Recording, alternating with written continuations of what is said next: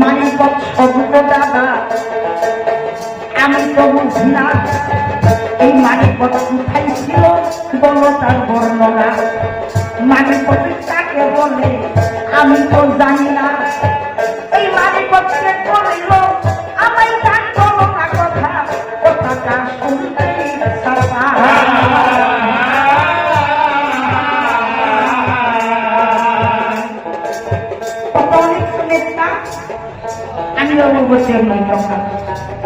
তবে আমি যাহা কিছু জিজ্ঞাস করেছিলাম ওনার ধারে, আশা করি সঠিক অনুসারে তিনি জবাব করে দিয়েছে নাকি কম জবাব করছে তো আপনাদের হয়েছে হয়েছে।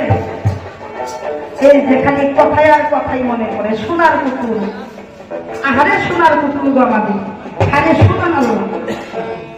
আমি যদি কথা বলি খালি আমার মতো হ্যাঁ, উনি যদি এসে কথা বলে মনে করতে হ্যাঁ, এরকম দুই হ্যাঁ একটা নয়। এখন কোন দিকে কি যা ওদের কোনো খেয়াল না। কথা বলবো এখন বাজা সবাইকে জানিয়া সভাপতি যিনি বাবা আমি দেখলাম তখন কি জিজ্ঞাসা করতে মনে আছে? এই যে বুঝি বেদন বাড়ছে এইখানে তো হাই সভাপতির মনে নাই তাই কথা বুঝা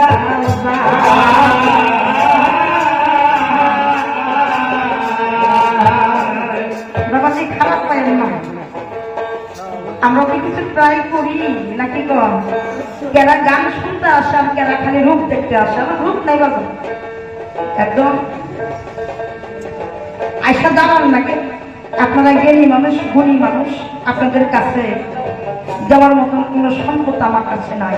তবে একটা সম্পদ আছে, ওটা নিয়ে দিতে পারবো কি জানেন? ওটা একটু পরে বলবো। তো যখন বাবাদেরকে যদি স্মরণ নাও থাকতে পারে, উনি আমার কাছে জিজ্ঞাসা করে কেন আমার শরীয়তের আলেম ভালো, তোমার এই শরীয়তের শব্দের অর্থ কি গো আমায় শুনে বলো। শরীয়ত শব্দের অর্থ হয়েছে আমার মালিক যেমন দয়াকে সদাই সর্বক্ষণ স্মরণ করে। নিজের মরণের কথা যদি দিনের মধ্যে তিনবার স্মরণ করতে পারো, নিজের মনকে যদি একবার হিংসা নিন্দা সমস্ত কিছু যদি সকল কিছু ছেড়ে ফেলে দিয়া নিজের মনটাকে পাক পবিত্র করে একবার যদি তুলে নিতে পারো, তারই নামে শরীয়ত নাকি কম? ভেতরে পুলিশ রাখলে তাকে শরীয়ত বলা যায়। আর আপনার ভেতরে যদি কোনো হিংসা নিন্দা থাকে, আপনি কি একটা ফকির হতে পারবেন? হ্যাঁ, আপনি ফকিরও হইতে পারবেন না, আরো কিছু হইতে পারবেন না, ওইটা আমি বলতে চাইলাম। তবে যখন তিনি আমায় জিজ্ঞাসা করলো